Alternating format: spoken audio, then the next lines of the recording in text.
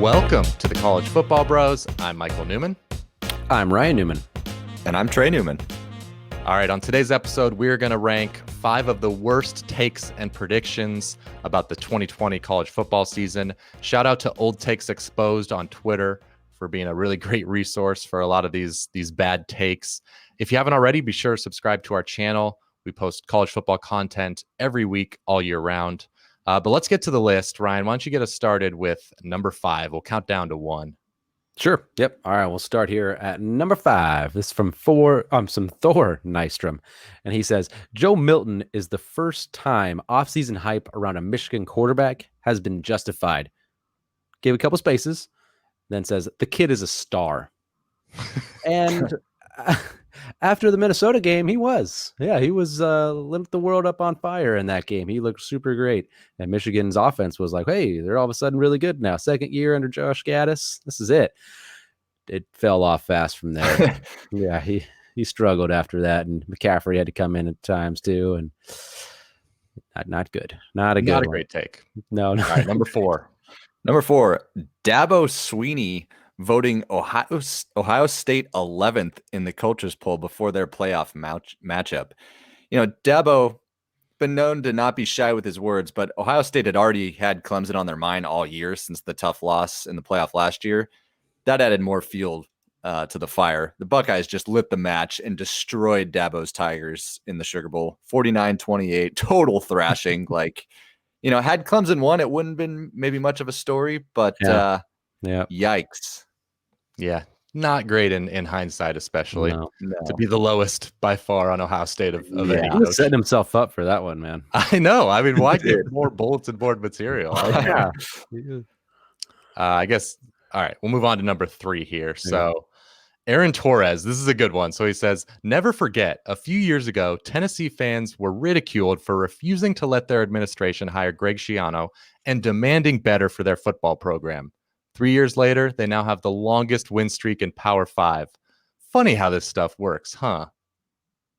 That obviously Tennessee went on to lose 7 of their final 8 games, and Jeremy Pruitt was deservedly fired.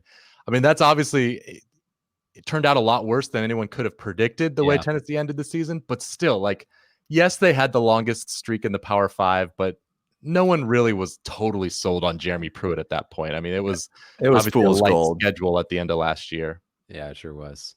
Yeah, that was rough. All right, let's move on here to number 2. This was on ESPN here. Joey Galloway and Jesse Palmer, they were asked to kind of give their predictions on the Florida LSU game. And you can kind of just see their reaction right now in the photo right there. But yeah, go ahead and watch the video here. Quickly, 30 seconds left. Give me a prediction for tonight. What do you want to see out of the Gators?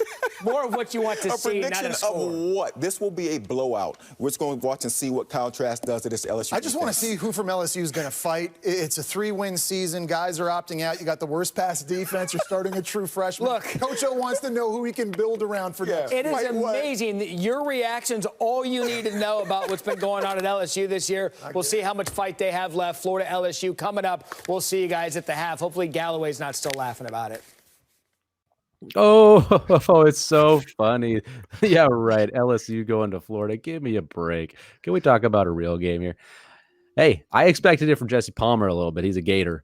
But come on now, guys. Hey. Yeah, that was, I mean, no one expected them to win, but they were a little dismissive there, obviously. A little bit. All right. And then finally, number 1, on August 7th, someone tweeted, Muschamp is toast, and Dan Wilkin replied, nobody is getting fired this year. Well, Dan, it ended up being similar to most off seasons as coaches got canned, and there was another carousel of coaches. Yeah, and including Will Muschamp, the tweet he was replying to, Yeah. got fired. And you thought maybe less coaches would be fired. But yeah, that's not a good take, Dan. Nobody getting fired this year. Bold. That is bold. Didn't work out. All right, so we put the media on blast there, but we had, we're not perfect, believe it or not. We had some bad opinions of our own. So let's take a stroll down memory lane. Ryan, what was one of your worst takes? Yeah, all right. This one I definitely have some pie on my face for sure. This was kind of an SEC prediction here. And I was talking about Arkansas. Yeah, you were asked over under 1.5 wins True, over. for Yeah, Arkansas. exactly. Let's see how Yeah. that one went. Yeah. I agree. Got to go under. They have a solid quarterback. Franks isn't, amazing, but he's a solid quarterback, way better than what they've had. And Raheem Boyd is a really good running back. Outside of that, though, not too confident in their offensive repertoire. So I'm gonna go under, just asking 2 wins against. It's gonna be 2 big upsets. Like, they're gonna be big underdogs. And last year only 2 of their SEC games were within 1 score, so they were getting beat down by pretty much all the SEC teams there. So I just can't see them getting to a couple. So going under.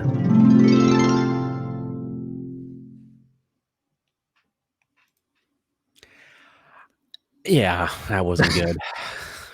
No, Hey, man, I got to give Pittman and Arkansas a lot of credit, man. They improved so much. They were 3-7, obviously, but they could have been 5-5, and they were a good 3-7. It was Pig suey, Ryan. Pig suey. Yeah.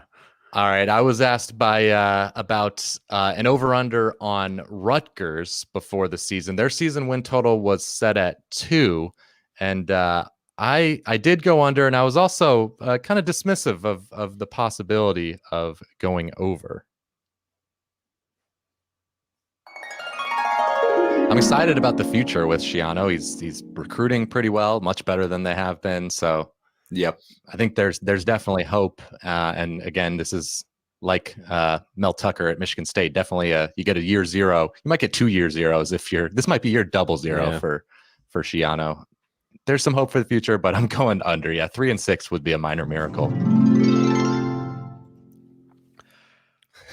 It's a miracle. Yeah, baby. Do you believe in miracles? I mean, minor. Where's Al miracles Michaels, happen, guys? Where's Al Michaels? Yeah. Okay. No. They went 3-6. Spoiler alert. Yeah. So in our ACC preview, I took a pretty bullish stance on the Florida State Seminoles. The win total was 7. Trey, what do you think? You on board? Oh, he's doing the tomahawk chop. I guess that means he's on board. I'm going over. I know the casual fan has seen Florida State just look like crap the last couple seasons, but I'm leaning towards a bounce back this year. They bring in a new coach, obviously from Memphis, Norvell. He brings some credibility to the Noles, in my opinion, and he's inheriting a team with 17 returning starters. I like Blackman at quarterback. I just felt he hasn't been in the best position to succeed. There's been so much turnover. I know there's turnover this year, but Norvell knows how to maximize offensive talent. We saw him do it at Memphis, and I believe it's going to be just a totally different look and feel to this Florida State team this year.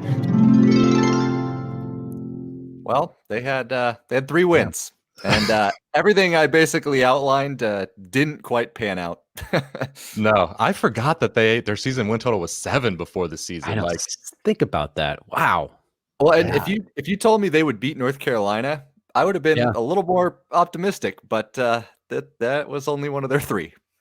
Wow. Well, there you have it. We are not perfect, far from it, clearly. But thanks for watching this episode of the College Football Bros. Let us know in the comments some of your worst takes. We told you our worst takes. Let us know your opinions. Before the season you thought were, that ended up being horrible. And any ones that people said about your favorite team. I'm sure the bulletin board material for your favorite team sticks in your memory. So again, thanks for watching. Be sure to subscribe, and we'll see you next time. You've been watching the College Football Bros. Be sure to subscribe here on YouTube and in your podcast app for college football content all year round. For bonus episodes and access to our Discord chat, join our Patreon at patreon.com/collegefootballbros. Thanks for watching.